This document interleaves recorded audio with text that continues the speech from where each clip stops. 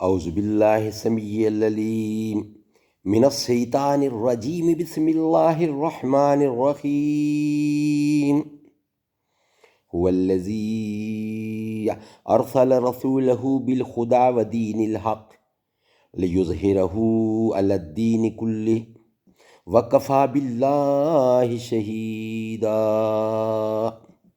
محمد رسول اللہ والذین معه اشداء علی الکفار رحماء بینہم تراہم رکعا سجدا یبتغون فضلا من اللہ ورضوانا سیماہم فی وجوہہم من اثر السجود ذالک مثلہم فی التوراۃ ومثلہم فی الانجیل كزرع أخرج شطأه فأزره فاستغلظ فاستوى على سوقه يعجب الزراع ليغيظ بهم الكفار وعد الله الذين آمنوا وعملوا الصالحات منهم مغفرة وأجرا عظيما۔ قرآن کا 26واں پارہ، حامیم، سورت نمبر 48 الفتح۔ وہی ہے جس نے بھیجا اپنا رسول سیدھی راہ پر اور سچے دین پر، تاکہ اوپر رکھے اس کو ہر دین سے، اور کافی ہے اللہ حق ثابت کرنے والا۔ محمد رسول اللہ کا اور جو لوگ اس کے ساتھ ہیں زور آور ہیں کافروں پر، نرم دل ہیں آپس میں۔ تو دیکھے ان کو رکوع میں اور سجدہ میں ڈھونڈتے ہیں اللہ کا فضل اور اس کی خوشی، نشانی ان کے منہ پر ہے سجدہ کے اثر سے۔ یہ شان ہے ان کی تورات میں اور مثال ان کی انجیل میں، جیسے کھیتی نے نکالا اپنا پٹھا، پھر اس کی کمر مضبوط کی، پھر موٹا ہوا، پھر کھڑا ہو گیا اپنی نال پر، خوش لگتا ہے کھیتی والوں کو تاکہ جلائے ان سے۔ جی کافروں کا وعدہ کیا ہے اللہ نے ان سے جو یقین لائے ہیں اور کیے ہیں بھلے کام، معافی کا اور بڑے ثواب کا۔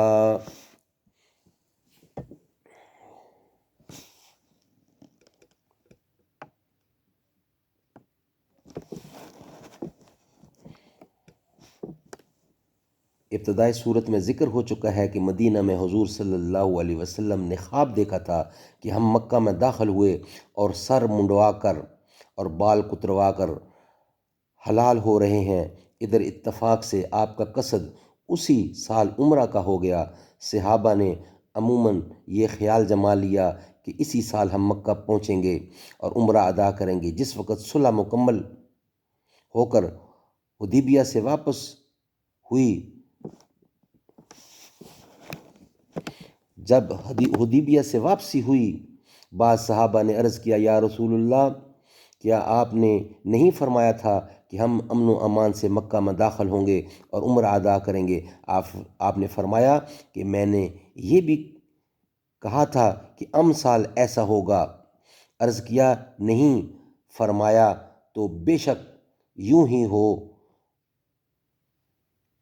عرض کیا نہیں، فرمایا تو بے شک یوں ہی ہو کر رہے گا، تم امن و امان سے مکہ پہنچ کر بیت اللہ کا طواف کرو گے اور تم میں سے کوئی سر منڈوا کر، کوئی بال کتروا کر احرام کھولے گا، اور وہاں جانے کے بعد کسی طرح کا کھٹکا نہ ہوگا۔ چنانچہ حدیبیہ سے اگلے سال یوں ہی ہوا۔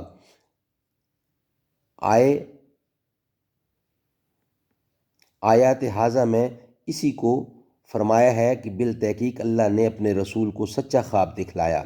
باقی انشاءاللہ فرمایا ابن کثیر کے نزدیک تحقیق و توکید کے لیے ہے، اور سلیبویا کے نزدیک اس قسم کے مواقع میں قطعی طور پر ایک چیز کا بتلانا کسی مصلحت سے مقصود نہیں ہوتا اور کرنا منظور ہوتا ہے۔ وہاں یہ عنوان اختیار کرتے ہیں، یعنی پھر اللہ نے اپنے علم محیط کے موافق واقعات کا سلسلہ قائم کیا۔ وہ جانتا تھا کہ خواب کی تعبیر 1 سال بعد ظاہر کرنے میں کس قدر مسالے ہیں جن کی تمہیں خبر نہیں ہے، اس لیے خواب کا وقوع امسال نہ ہونے دیا اور اس کے وقوع سے قبل تم کو لگتے ہاتھ ایک فتح عنایت کر دی، یعنی فتح خیبر یا صلح حدیبیہ، جسے صحابہ فتح مبین کہتے تھے، جیسے کہ صورت حاضہ کے پہلے فائدہ میں ہم مفصل لکھ چکے ہیں۔ یعنی اصول فروع اور عقائد و احکام کے اعتبار سے یہی دین سچا اور یہی راہ سیدھی ہے جو محمد رسول اللہ صلی اللہ علیہ وسلم لے کر آئے۔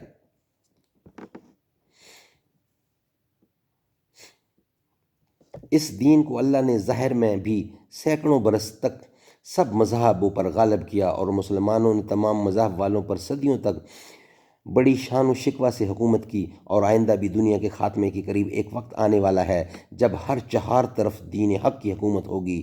باقی حجت و دلیل کے اعتبار سے تو دین اسلام ہمیشہ ہی غالب رہا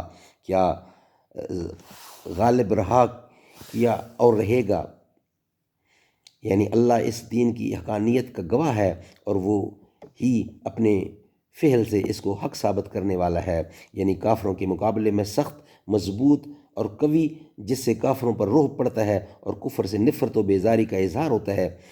قال اللہ تعالی ولا جد فیکم غلظا، سورۃ توبہ۔ وقال تعالی وغلظ علیہم، توبہ۔ وقال اللہ تعالی اذلۃ علی المؤمنین عزۃ علی الکافرین، مائدہ سورت۔ حضرت شاہ ولی اللہ محدث دہلوی رحمۃ اللہ لکھتے ہیں، جو تندی اور نرمی اپنی خو ہو وہ سب جگہ برابر چلے، اور جو ایمان سے سنور کر آئے وہ تندی اپنی جگہ اور نرمی اپنی جگہ۔ علماء نے لکھا ہے کہ کسی کافر کے ساتھ احسان اور حسن سلوک سے پیش آنا اگر مسلط شرعی ہو کچھ مذائقہ نہیں، مگر دین کے معاملے میں وہ تم کو ڈھیلا نہ سمجھے، یعنی اپنے بھائیوں کے ہمدرد، مہربان، ان کے سامنے نرمی سے جھکنے والے اور تواضع و انکسار سے پیش آنے والے۔ حدیبیہ میں صحابہ کی یہ دونوں شانیں چمک رہی تھیں۔ اشداء علی الکفار رحماء بینہم، یعنی نمازیں کثرت سے پڑھتے ہیں، جب دیکھو رکوع و سجود میں پڑھتے ہوئے اللہ کے سامنے نہایت اخلاص کے ساتھ وظیفہ عبودیت ادا کر رہے ہیں۔